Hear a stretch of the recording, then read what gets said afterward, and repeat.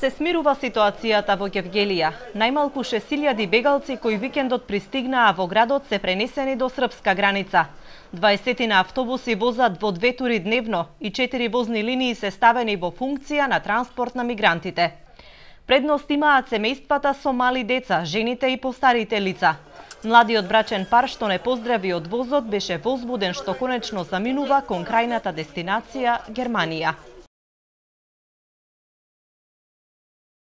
We are stay just this train station in the Greek and Macedonia.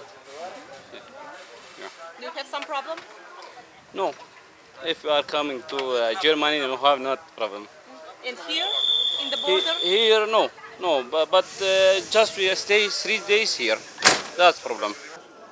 Железничката е претворена во мал пазар. Облека, храна, пијалоци по неколку пати повисоки цени им се нудат на мигрантите, а се наплаќаат и услугите како користење тоалет или полнење на мобилен телефон.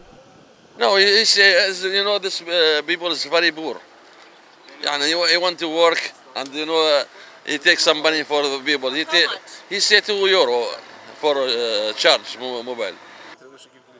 Градоначалникот Франго вели дека градот се опоравува по саботата кога толпа народ неконтролирано влезе на македонска територија. Синоќ беше најголемиот наплив на мигранти во еден момент кои што имат дојдене во Гевгелија од граница.